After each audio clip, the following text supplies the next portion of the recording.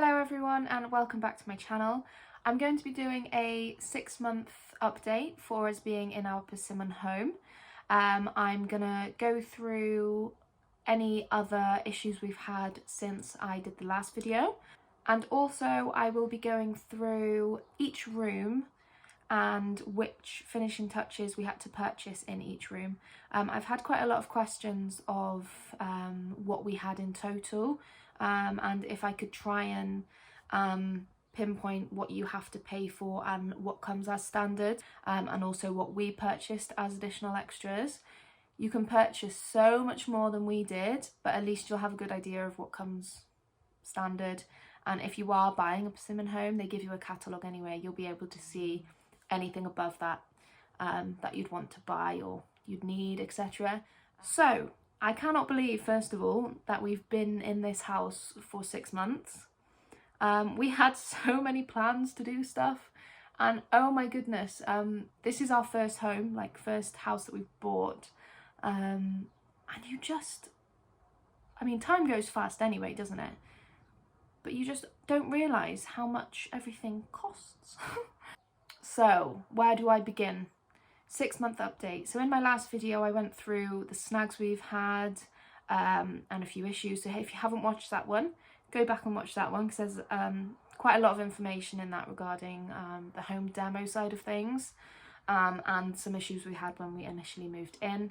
I go through a hole we had to have in our ceiling downstairs, and since then, to be honest with you, we've not had any issues which they've had to come round and sort. The only thing that's happened is that the internet went off, which sounds really stupid, but with Persimmon you have to use FibreNest, which is their wireless supplier, and you have to have them until God knows when.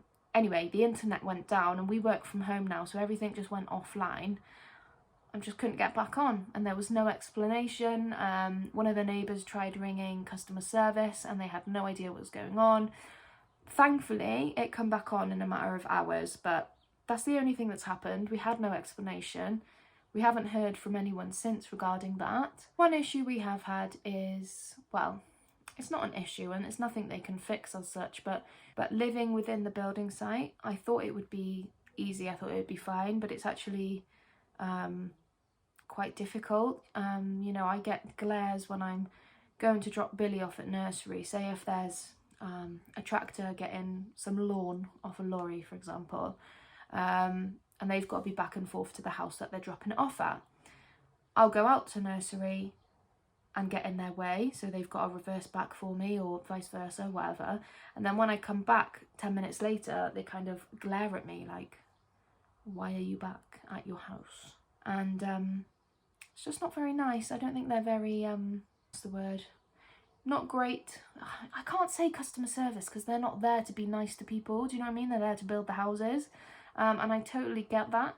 But it's been difficult. So if you are buying a house and you know that it's not going to be done around you for a while, then maybe if you're able to stay in your current location for a little bit longer, just so you don't have to live within a building site, then do that. Or just be aware that it's a bit difficult. I don't know. I've personally found that. Maybe if you don't care about that kind of thing, it won't bother you. But that's probably been my biggest annoyance, to be honest. Another thing that we've had since being here is the road. It's really quite uneven, and they put like a lump of tarmac going up to your driveway, so you've got like, you don't have to go over the curb every time, but over time that has like chipped away, so there is quite like a bump when we reverse off our drive now. So we're hoping the road's going to be done soon. If not, maybe we'll contact them just to say that that tarmac at the end of our drive's like worn away. Obviously the tractors are going over it all the time and it's not level, so it does chip away. Because obviously I don't want that causing damage to my car. I go as slow as I can over it, but there's only so much going up and down curbs you can do. So yeah, there's that. As far as in the house goes, we've had no other particular issues. We've had shrinkage and we've had some cracks. Chris did get in contact about the cracks, and they did say, look, we could come around and do them now, or you can wait a little bit longer because they will keep coming, and then we can fix them all at that point. So we've decided to just leave them for now, unless they get wider than a width of a £1 coin. They've advised to call them if they do that, but they haven't. So we're going to leave them until about a year and a half, and then call them to get them to sort them out. I know a lot of people have said to me, don't bother getting Persimmon to do it and just do it yourself because you'll do a better job. And in a way, I like decorating, so it might be a bit of fun filling in the old cracks. That sounded rude. Yeah, we could do it ourselves, or we could get Persimmon to do it, and I feel like I should get Persimmon to do it because it's their job and it's within the warranty. And I know shrinkage happens. We expected it. We expected cracks and marks and what have you on the walls, and they'll be sorted. I just don't know how we're going to do it as of yet. So that's the only thing, is that we've had, you know, a few cracks. I'll put in a clip of up our stairs, and is it just up the stairs? I think there's some cracking in the living room kitchen as well. So I'll pop in a clip of the cracks and where the shrinkages happened of that. And also I can see some here. So the plasterboard have like screws. I don't know if you do this, I'm sorry. I don't know what they are, but again, I'll put a clip in. Anyway, those little round like screw thingies that hammer into the plasterboard, they pop out when the shrinkage happens as well. And I know that is something they can sort out too. So again, it's something we could do, or of course we could get covered under the warranty. But I'll show you what I mean because I don't know what the words are for it. But yeah, apart from the stuff that we knew would happen, so the shrinkage and the cracks, etc., we've had no issues. Obviously with the builders and the road, wasn't something I really thought about beforehand, but maybe it's something you want to think about a little bit more. If you can move in a little bit later and that would bother you, then maybe do it that way. But a lot of people aren't in the position to do that, which I completely understand. But yeah, no issues at all. If we've got in contact with customer service, they've been really good at replying and responding and making sure everything's okay. I honestly know a lot of people have had issues with Persimmon, and I know there is a lot of negativity around them online. But as we all know, people will rave and shout about negative things and tear a company down for something bad they've done. However, not many people talk about the good things, and when they do something well, you don't hear much about it. So I'm hoping that people who are buying from Persimmon, these videos can give you some peace of mind that we've had a really smooth journey and it's been great. Any problems we've had, which we have had problems, but they've been sorted really well and they've been really friendly. What we'll do next is I'm going to run through each room, let you know what comes as standard, and then the things that we've had added as finishing touches. So we'll start downstairs. So as you walk in, you've got the kitchen.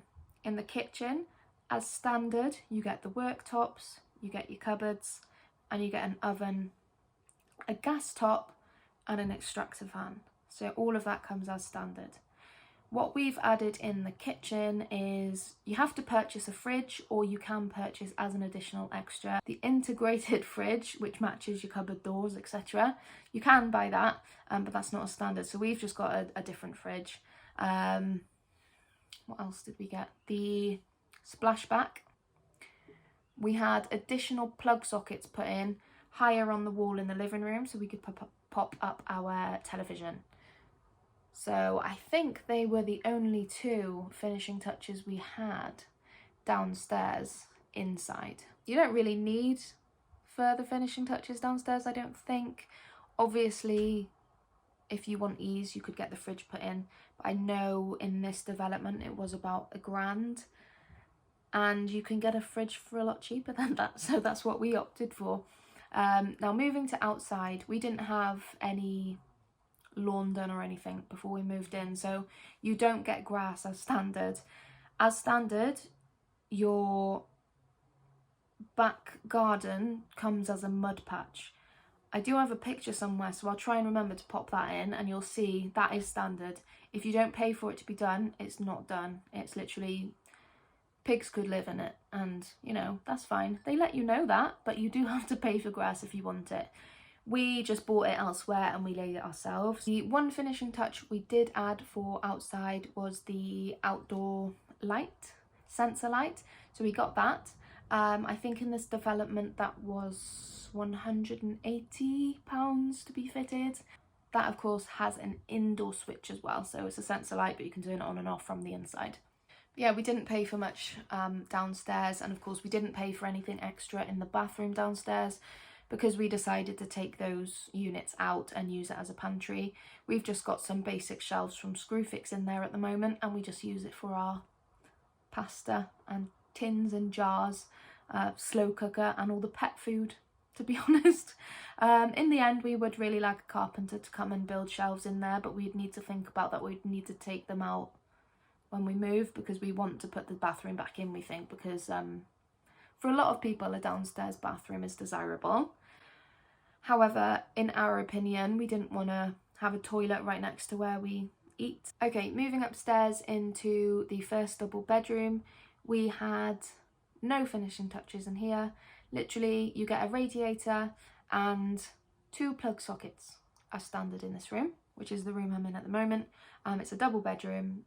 Yeah, nothing fancy. It's just a bedroom. One good thing to note actually, whilst we're on the topic of finishing touches and I'm remembering, no flooring comes with the house, so you have to pay for all of the flooring. We had that as an incentive, so when we moved in it was all laid, but if you don't have that as an incentive or you don't pay for it as a finishing touch, you will need to pay for all flooring to be done throughout the house. Moving on to the bathroom, the one that annoys me the most, honestly, it baffles me a little bit. Anyway, so as standard in the bathroom, you get a toilet, you get a bathtub, and you get a sink. You do not get any mirror as standard, you don't get a glass screen as standard, you don't get a shower. You don't get a shower. Every time I think of it, it annoys me. So on this development, it was £835 for the basic shower, which is an electric shower on the wall and then tiling halfway around, or it's £100 more and you get tiling all the way up the wall. We opted for that one because we didn't want the water next to the plasterboard and paint. Makes sense, right? So yeah, we had additional shower, glass shower screen, and a towel radiator put in the bathroom. If you don't pay for the finishing touch of a towel radiator, you just get your basic standard white radiator you get everywhere else. Okay, moving on to the box room. Again, we had nothing done in that room. That again comes with 2 plug sockets, I think, and a radiator.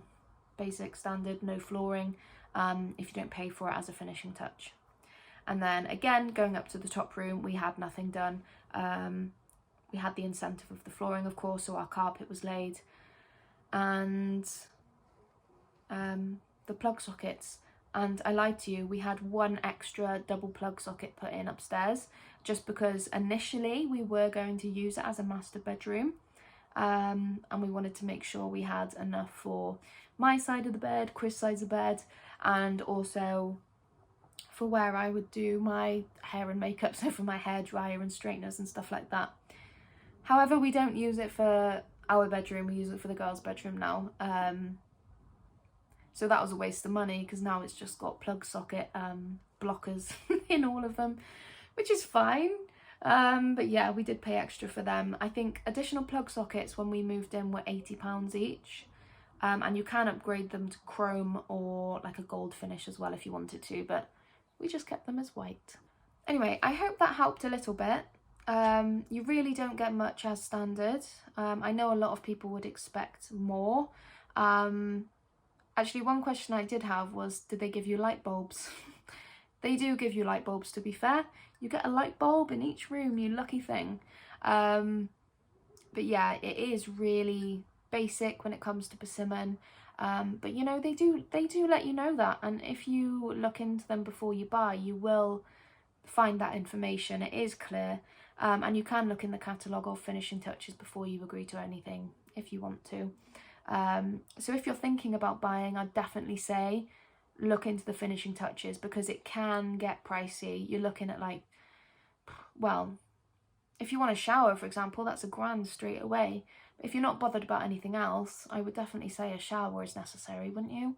And then you've got to think about flooring as well, so you do need an extra few grand to just sort out the house before you move in. So do bear that in mind. I think that's really important. But yeah, no, we've loved our house. We've got a lot of work to do. As I said at the beginning, there's a lot of things that we would love to do that we haven't yet. When we have, I'll show you. Like, we want to do some paneling downstairs and of course do the carpentry work. But yeah, hopefully that was helpful and a little bit informative. If you've got any questions, do let me know. I really enjoy doing these videos, and you guys seem to like them, about the house and Persimmon and the development. So fire away in the comments if you would like me to do another one, maybe a 12-month update when we do get them to come in with the warranty to fix the shrinkage issues. And we'll go from there. Or if you've got any questions in between, do let me know. Thank you for watching. Please subscribe and like the video. Let me know what you enjoyed. And I will see you next time.